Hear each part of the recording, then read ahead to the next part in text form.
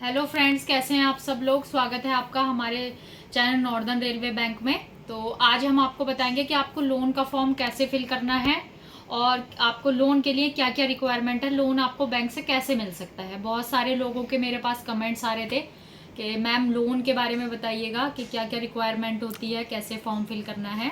तो हम आपको बता दें, आपको कंफर्म तो होगा, हमारे यहाँ से आपको केवल जो लोन है वो रेलवे एम्प्लॉयज़ को ही दिया जाता है। जो रेलवे एम्प्लॉय हैं केवल उन्हीं के लिए लोन हमारे यहाँ से मिलता है। फर्स्ट आपको आपकी जॉब में आपको 1 साल कंप्लीट हो जाना चाहिए, ये तो आपको कंफर्म होगा ही। आप 1 साल बाद ही हमारे यहाँ पे मेंबर बन सकते हैं, उसके बाद ही आप हमारे यहाँ लोन के लिए अप्लाई कर सकते हैं। और आपका सेविंग अकाउंट भी ओपन होना चाहिए। अगर आप मेंबर नहीं बने हुए हैं तो आप मेरी लास्ट वीडियो में देख सकते हैं फॉर्म कैसे फिल करना है, क्या क्या रिक्वायरमेंट होगी उसके लिए। तो वो आप लास्ट वीडियो में जाके देख के फॉर्म फिल करके आप अपना मेंबर का फॉर्म फिल कर सकते हैं और अप्लाई कर सकते हैं। उसके बाद आपको ये भी कंफर्म होगा कि हमारे यहाँ से आपको 2 तरीके के लोन मिलते हैं। एक है आपका पर्सनल लोन, दूसरा है आपका सैलरी लोन। तो पर्सनल लोन के बारे में मैं पहले आपको बता देती हूँ। जो पर्सनल लोन है वो आपको 13% पे मिलता है। जो आपको 13% पे पर्सनल लोन मिलता है उसमें आपको क्या क्या डॉक्यूमेंट्स की रिक्वायरमेंट होगी वो मैं आपको बता देती हूँ। इसमें आपको आपका एक आधार कार्ड की फोटोकॉपी, एक पैन कार्ड की, एक आपके नॉमिनी के आधार कार्ड की और एक आपकी सैलरी स्लिप और एक आपका फोटो, ये चीज़ें आपकी चाहिए होंगी। और करंट की सैलरी स्लिप आपकी चाहिए होगी। मान लीजिए आप इस मंथ अप्लाई कर रहे हैं लोन के लिए, तो आपको लास्ट मंथ की सैलरी स्लिप लगानी होगी इसमें। और अगर आप 5 लाख तक का लोन ले रहे हैं तो आपको सेल्फ अटेस्ट करके देनी होगी। और अगर आप 5 से ज़्यादा का लोन अप्लाई करते हैं तो उसमें आपको अपने तत्कालिक अधिकारी से उसे वेरीफाई करा के लेकर आना होगा। और इसमें आपको 2 जमानती चाहिए होंगे। 2 जमानती जो आपकी जमानत ले सकते हैं, उनके भी सेम यही प्रोसीजर रहेगा डॉक्यूमेंट्स का। उनका पैन कार्ड, उनका आधार कार्ड, उनका एक फ़ोटो और उनकी एक सैलरी स्लिप करंट की, वही लगेगी। तो जमानती मैं बता देती हूँ, जमानत भी वही लोग ले सकते हैं जो मेंबर बने हुए हैं ऑलरेडी बैंक में। अगर मेंबर नहीं बने हुए हैं तो वो जमानत नहीं ले सकते, आपका फॉर्म रिजेक्ट हो जाएगा। और मेंबर नहीं बने हैं तो आप उन्हें हैंड टू हैंड मेंबर भी बनवा सकते हो और एक ही दिन में आपका मेंबर कंप्लीट हो जाएगा बनने के लिए। आप अप्लाई करवा सकते हैं उनको। और दूसरा, एक व्यक्ति 3 ही लोगों की जमानत ले सकता है। अगर वो 3 लोगों की पहले से जमानत ले चुके हैं, चौथी आपकी लेते हैं, तो आपका फॉर्म रिजेक्ट हो जाएगा, आपका फॉर्म कंप्लीट नहीं होगा। तो आप पहले उनसे कंफर्म कर लीजिएगा कि कहीं उन्होंने 3 जमानत तो नहीं ले रखी है। अगर 3 जमानत ले रखी हैं तो आपका फॉर्म कंप्लीट नहीं होगा। तो आप उनसे कंफर्म करके ही ये फॉर्म फिल करिएगा, नहीं तो आपका फॉर्म रिजेक्ट हो जाएगा। दूसरा है आपका जो डिडक्शन होता है, वो आपका सीटीडी हमारे यहाँ से कटता है जो 7% कटता है। दूसरा है आपका शेयर है जो आपका 1% कटता है। और ईएसएफ है आपका जो आपका 2% कटता है। तो जो शेयर और सीटीडी होता है वो तो आपका ही पैसा है जो आपको रिटायरमेंट के बाद विद इंटरेस्ट आपको मिल जाता है। और दूसरा आपका जो शेयर का अमाउंट होता है उस पर आपको डिविडेंड के थ्रू रेट ऑफ इंटरेस्ट लगा के डिविडेंड आपको दे दिया जाता है आपके सेविंग अकाउंट में। और जो शेयर का अकाउंट है उसमें आपको रेट ऑफ इंटरेस्ट के साथ आपके रिटायरमेंट के बाद आपको दोनों पैसे शेयर और सीटीडी का आपको मिल जाता है। और इसमें आपका जो सैलरी लोन है उसमें मैं आपको बता देती हूँ उसमें क्या करना है। इसमें आपको डॉक्यूमेंट्स तो सेम ही लगाने हैं, आपका पैन, आपका आधार, आपका एक फ़ोटो और आपका एक नॉमिनी का आधार कार्ड, आपकी एक सैलरी स्लिप, वो लगानी है। उसमें भी सेम प्रोसीजर है। 5 लाख तक का अगर आप लेते हैं तो वो आपको अटैच नहीं करानी है अपने ऑफिस से। और अगर आप 5 से ज़्यादा का अप्लाई करते हैं तो उसमें आपको अपने ऑफिस से सैलरी स्लिप भी अटैच करानी होगी फॉर्म के साथ साथ में। इसमें आपका ना तो आपका सीटीडी कटता है, ना आपका लोन कटता, सॉरी सीटीडी कटता है, ना ही आपका शेयर कटता है। बस आपका 2% जो है वो आपका ईएसएफ कटता है। और इसमें आपका जो जमानती है वो केवल एक ही होगा, एक ही आपको जमानत की ज़रूरत पड़ेगी, 2 जमानतियों की आपको ज़रूरत नहीं है। और दूसरा, अगर आप 1 से 5 साल आपकी सर्विस को कंप्लीट हो गए हैं तो आप केवल अभी 5 लाख तक का ही लोन अप्लाई कर सकते हैं। और अगर आपको 5 से 10 साल कंप्लीट हो गए हैं सर्विस में तो आप 10 लाख तक का लोन अप्लाई कर सकते हैं। और अगर आपको 10 साल से ऊपर हो गए हैं तो वो फिर आपकी बेसिक पे आपका देखा जाएगा कि आपको कितना लोन मिल सकता है। और उसमें आपकी सिविल भी आपकी इंक्लूड होगी, जो आपका सिविल है वो भी आपका चेक होगा। दूसरा मैं आपको बता देती हूँ, अगर आपने पहले से लोन ले रखा है बैंक में और आप दोबारा से लोन अप्लाई कराना चाहते हैं या दोबारा लोन लेना चाहते हैं, मान लीजिए आपने पहले 5 लाख का ले रखा था, अब आप 10 का लेना चाहते हैं, तो उसमें भी कुछ कंडीशन है आपकी। पहले आपका जो टाइम है वो आपका आधा होना चाहिए। मान लीजिए आपने 5 साल में लोन लिया हुआ है तो आपका 2.5 साल कंप्लीट हो जाना चाहिए, और जितना आपने लोन लिया है उसका अमाउंट भी आधा हो जाना चाहिए। 5 लाख का है तो आप 2.5 लाख आपका अमाउंट और 2.5 साल आपका कंप्लीट हो जाना चाहिए। समय और अमाउंट दोनों आधा आधा हो जाएगा, तभी आप अप्लाई कर सकते हैं लोन के लिए, नहीं तो आपका लोन आपको नहीं मिलेगा। अगर दोनों चीज़ें आपकी कंप्लीट हैं, ठीक है, तो आप उसको अप्लाई कर सकते हैं नए लोन के लिए आप। और दूसरा, आपने देखा होगा दूसरी बैंकों में आपको जब आप लोन क्लोज करते हैं, एनओसी लेते हैं, तो उसमें आपका चार्ज कटता है, लेकिन हमारे यहाँ पे ऐसा कोई डिडक्शन आपका नहीं होता है। बिल्कुल फ्री ऑफ कॉस्ट आपका ये आपको एनओसी दी जाती है, कोई चार्जेस नहीं होते हैं आपके। मान लीजिए आपने आज लोन लिया है और आप 1 हफ्ता 15 दिन महीने भर बाद आप लोन जमा करते हैं, तो आपको उस टाइम का ही ब्याज आपको देना होगा। ऐसा नहीं है कि आपको 5 साल तक का लोन लिया है तो 5 साल तक का ही लोन देना होगा, ऐसा कुछ नहीं है। तो ये कंडीशन हमारे यहाँ पे है, अगर आप ये सारी पूरी कर देते हैं तो आपको लोन इजीली मिल जाएगा। बाकी आपको जैसे जैसे टर्म्स एंड कंडीशंस चेंज होती रहती हैं वैसे वैसे हम आपको बताते रहेंगे। जो अभी की कंडीशन है वो सिर्फ यही है, और बाकी आपका आरडी का फॉर्म है वो आपको कंप्लीट करके देना होगा साथ में। जो आपकी सैलरी में, आपको सैलरी से हर मंथ काट लिया जाता है, आपकी सैलरी से कटेगा, आपकी मर्जी है, वो आप 1,000 रुपये का कराते हैं, 2,000 की कराते हैं या 3,000 की कराते हैं, वो आपके ऊपर है। 5 साल तक की आपको आरडी कंपलसरी है जो करानी होगी अभी, और जो आपको 7.5% रेट ऑफ इंटरेस्ट से दी जाएगी। जब वो अब मैच्योर हो जाएगी तो विद इंटरेस्ट वो आपको मिल जाएगा। बाकी आपको फॉर्म कैसे फिल करना है वो आपको बताती हूँ।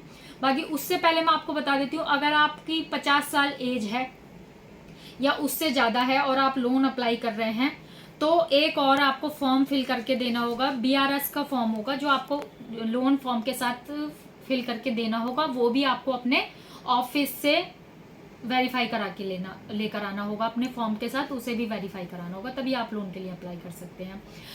तो हम आपको बता देते हैं कि लोन का फॉर्म आपको कैसे फिल करना है। तो ये आपको डिस्पैच से ये लोन का फॉर्म लेना है, और इसमें आपको यहाँ सबसे ऊपर दिया हुआ है या आपका फ़ोटो, तो यहाँ आपको अपना फ़ोटो लगाना है। फिर यहाँ पे आपको अपना अमाउंट फिल करना है, जितने भी अमाउंट का आप लोन ले रहे हैं, मान लीजिए 4 लाख, 5 लाख, 10 लाख, 20 लाख, तो यहाँ आपको अंकों में लिखना है, और ये आपको शब्दों में लिखना है, कितना अमाउंट आप लोन ले रहे हैं वो आपको फिल करना है। फिर यहाँ पे आपको कितने टाइम के लिए ले रहे हैं, कितने किस्तों में आप ले रहे हैं, 5 साल के लिए ले रहे हैं, 60 मंथ का, तो यहाँ पे आपको 60 डाल देना है। उसी अकॉर्डिंग आप देख लेंगे जो जितने भी मंथ के लिए आप ले रहे हैं। बाकी आपको फर्स्ट जमानती का नाम यहाँ पे फिल करना है, आपको सेकंड आपको यहाँ फिल करना है, सेकंड जमानती का नाम फिल करना है। उसके बाद आप यहाँ आएंगे तो यहाँ जहाँ लिखा हुआ है श्रीमती, यहाँ आपको अपने नॉमिनी का नाम फिल करना है। मान लीजिए आप अपनी पत्नी का नाम फिल कर रहे हैं, तो यहाँ लिखेंगे उनसे क्या रिलेशन है, तो यहाँ वाइफ डाल देंगे।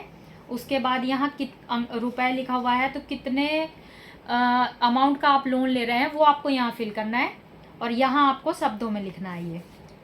उसके बाद यहाँ आता है हस्ताक्षर जमानतदार के, तो यहाँ आपको जमानती के साइन कराने हैं। जो 2 जमानती होंगे, अगर आप पर्सनल लोन ले रहे हैं तो 2 जमानतियों के आपको दोनों को साइन करवाने हैं, और अगर आप सैलरी लोन ले रहे हैं तो आपको केवल एक ही जमानत के साथ यहाँ पे सिग्नेचर करवाने हैं। और ये आपके ऋणी के हस्ताक्षर है, यहाँ पे आपको अपने खुद के साइन करने हैं। फिर ये आता है आपका खुद की, आपको यहाँ पे डिटेल फिल करनी है। नीचे यहाँ आपका नाम है, तो यहाँ आपको अपना नाम डालना है। नीचे पिता का नाम है, माता का नाम है, आपका पद है, रसीद संख्या है, फिर आपका संबंध है, कार्यालय नाम जहाँ आप कार्य करते हैं। इसके बाद आपका शेयर खाता यहाँ आपका डालना है। ऋण है, पूर्ण ऋण अगर पता है तो डाल दीजिएगा अकाउंट नंबर, नहीं तो कोई नहीं। फिर आपका यहाँ मोबाइल नंबर है, आपका कार्यालय फ़ोन है, अगर ईमेल आईडी है तो ईमेल आईडी डाल दीजिएगा। वर्तमान पता डाल दीजिएगा, आधार नंबर, पिन कोड, नियुक्ति तिथि, मूल वेतन अंकों में डालना है, जन्म तिथि डालनी है, मूल वेतन शब्दों में डालना है, पीएफ नंबर है, बिल यूनिट नंबर। तो ये सारी चीज़ें आपको आपकी सैलरी स्लिप में मिल जाएंगी। पीएफ, बिल यूनिट, आपकी जन्म तिथि वगैरह सारी, मूल वेतन वगैरह, वो आप यहाँ भर दीजिएगा उससे देख के। फिर आप यहाँ आएंगे, यहाँ है हस्ताक्षर दिए हुए हैं साक्षी के, तो 2 आपको साक्षी बनाने हैं अपने लोन फॉर्म के लिए। यहाँ आपको साक्षी से उनके सिग्नेचर करवाने हैं, नाम लिखवाना है, उनका पद लिखवाना है, दूसरे साक्षी के यहाँ लिखवाने हैं। तो आप इस बात का ध्यान दीजिएगा कि साक्षी के आप उन लोगों को मत बनाइएगा जो जमानत ले रहे हैं। बहुत से लोग यही करते हैं, जो जमानती होते हैं उनको साक्षी बना लेते हैं, पर वो लोग इसमें साक्षी नहीं बन सकते। जो आपकी जमानत ले रहे हैं, आप अपने स्टाफ में किसी 2 लोगों से अलग से साक्षी करवा सकते हैं। फिर आपके यहाँ पे सिग्नेचर ये आपके होने हैं, यहाँ ऋणी के हस्ताक्षर है तो यहाँ आपके साइन होंगे। उसके बाद है ये आपका है यहाँ पे तत्कालिक अधिकारी के हस्ताक्षर एवं मोहर। तो ये आप अपने स्टाफ से अपने तत्कालिक अधिकारी की स्टैंप लगवा के और उनके सिग्नेचर करवा के लेकर आएंगे, और आपको अपना फ़ोटो भी उन्हीं से अटैच करवाना है, यहाँ पे लिखा हुआ है। और फिर ये आपका आता है विभागाध्यक्ष के मोहर एवं सिग्नेचर। तो यहाँ आपको अपने विभागाध्यक्ष से स्टैंप और मोहर लगवा के साइन करवा के लेकर आना है। फिर आना है आपको नेक्स्ट पेज पे, जो आपके 2 ये फ़ोटो दिए हुए हैं, ये आपके जमानती के फ़ोटो लगेंगे। यहाँ फर्स्ट जमानती का, इधर आपका सेकंड जमानती का नेम लगना है, फ़ोटो लगना है। तो यहाँ दोनों, अगर आप पर्सनल लोन ले रहे हैं तो 2 फ़ोटो लगाएंगे, 2 जमानती होंगे। और अगर आप सैलरी लोन ले रहे हैं तो आपको केवल एक ही फ़ोटो लगाना है, एक ही जमानती का फॉर्म फिल करना है। यहाँ आपको लिख देना है, इनका नाम लिखना है, जो लोन ले रहे हैं उनका नाम आएगा। फिर यहाँ किस डेट में फॉर्म भरना है और कितने अमाउंट का लोन ले रहे हैं ये यहाँ पे डाल देना है। फिर यहाँ आपको आना है, प्रथम जमानतदार का डिटेल यहाँ पे फिल करनी है। आपको नाम लिखना है, पिता का नाम, माता का नाम, पद लिखना है, संबंध कार्यालय लिखना है, घर का पता, पिन कोड, ईमेल आईडी, आधार नंबर, नियुक्ति तिथि, जन्म तिथि, पैन नंबर, मूल वेतन अंकों में लिखना है, शब्दों में लिखना है, सदस्य संख्या, ऋण खाता अगर है इनका तो वो लिख दीजिएगा, और शेयर खाता तो लिखना ही है यहाँ पे, और मोबाइल नंबर लिखना है। बाकी आपको सेकंड में भी सेम वैसे ही भरना है, नाम लिखना है, पिता का नाम, माता का नाम, पद, टिकट नंबर लिखना है, संबंध लिखना है, कार्यालय, घर का पता, पिन कोड, ईमेल आईडी, नियुक्ति तिथि, सेवानिवृत्ति तिथि, मूल वेतन अंकों में और मूल वेतन शब्दों में, सदस्य संख्या, शेयर खाता संख्या, ये सारी चीज़ें आपको दोनों की यहाँ पे फिल कर देनी है। फिर यहाँ आप आएंगे नीचे, ये दिए हुए हैं ये सिग्नेचर आपको करवाने हैं जमानती के फर्स्ट के, यहाँ पे जमानतदार के दूसरे के यहाँ करवाने हैं आपको। इसके बाद आपको यहाँ दिया हुआ है साक्षी के कॉलम है 2, जिसमें फर्स्ट साक्षी का यहाँ है, सेकंड का यहाँ। तो जिनसे आपने यहाँ पे साक्षी कराया तो उन्हीं से आपको यहाँ पे करवा लेना है। फिर यहाँ आप आते हैं तत्कालिक अधिकारी के हस्ताक्षर एवं मोहर। तो आपको इनके जो आपके जमानती हैं उनके तत्कालिक अधिकारी की स्टैम्प और सिग्नेचर यहाँ पे लगवाने हैं, और दूसरा जो जमानती होगा आपका उसके आपको यहाँ पे स्टैम्प और साइन करवा के ये फॉर्म जमा करना है। और ये सबसे नीचे ऋणी के हस्ताक्षर हैं, यहाँ आपको अपने सिग्नेचर करने हैं। तो इसके साथ आपको एक ये फॉर्म मिलेगा जो आपको ये फिल करना होगा। इसमें आपको यहाँ पे लिखना है, अपना नाम डालना है, यहाँ अपने पिता का नाम डालना है, और यहाँ अपना एड्रेस लिखना है। फिर आपको यहाँ अपने सिग्नेचर करने होंगे, यहाँ अपना नाम लिखना है, अपना मोबाइल नंबर लिखना है, और यहाँ आपके जमानतियों के हस्ताक्षर होंगे यहाँ पे फर्स्ट के, और यहाँ सेकंड का ये नाम लिखना है फर्स्ट का, और मोबाइल नंबर लिखना है। यहाँ पे सेकंड की डिटेल सेम ऐसे ही फिल होगी। तो जो जमानती आपके लोन फॉर्म में फिल कर रहे हैं वही जमानती इसी में लगेंगे। और इसमें आपको अपने डॉक्यूमेंट्स मैंने आपको बता ही दिए हैं क्या क्या लगने हैं, आपका पैन, आपका आधार, नॉमिनी का आधार, फ़ोटो, और फ़ोटो भी आपको अपने तत्कालिक अधिकारी से स्टैंप लगवा के लेकर आने होंगे आपको अपने यहाँ से, और जमानती के भी फ़ोटो दोनों अटैच होंगे। इसके बाद आपको आपका मैंने बताया है आपको आरडी का फॉर्म फिल करना होगा इसके साथ में, और अगर आपकी 50 साल एज हो गई है तो वो भी आपको फॉर्म मैंने आपको बताया है, वो आपको बीआरएस का फॉर्म फिल करना होगा। वो दोनों फॉर्म आप फिल करके साथ में जमा कर देंगे सारे डॉक्यूमेंट्स लगा के, तो इसमें आपका लोन हो जाएगा। और आपका सिविल भी चेक होगा, अगर आपका सिविल सही होता है तो उसके साथ ही आपको लोन दिया जाएगा। बाकी अभी जो हमारे यहाँ पे रूल्स हैं लोन के, ये मैंने आपको उसके रिगार्डिंग आपको बताया है, फॉर्म कैसे फिल करना है, क्या क्या डॉक्यूमेंट्स है। बाकी नियम यहाँ पे चेंज होते रहते हैं, जैसे ही नियम चेंज होंगे वो हम आपको नेक्स्ट वीडियो में बता देंगे अगर नियम चेंज होते हैं तो। और जैसे कि अगर आपको लगता है कोई आपको जानकारी और चाहिए या नहीं समझ में आ रहा है तो आप हमें कमेंट्स करके पूछ सकते हैं, और बैंक में आके कंफर्म भी कर सकते हैं, क्योंकि हमारे यहाँ पे जैसे कि नियम चेंज होते रहते हैं, रूल्स चेंज होते रहते हैं। तो आप बैंक भी आ सकते हैं, दिए गए नंबर पे कॉल करके भी कंफर्म कर सकते हैं। तो आप हमें बताइएगा कि आपको हमारी वीडियो कैसी लगी, और नेक्स्ट वीडियो किस टॉपिक पे हम आपके लिए बना सकते हैं, आपको किस तरीके की हेल्प चाहिए वीडियो के थ्रू, या आपको किस चीज़ में प्रॉब्लम आती है, तो वो आप हमें कमेंट्स करके बता सकते हैं।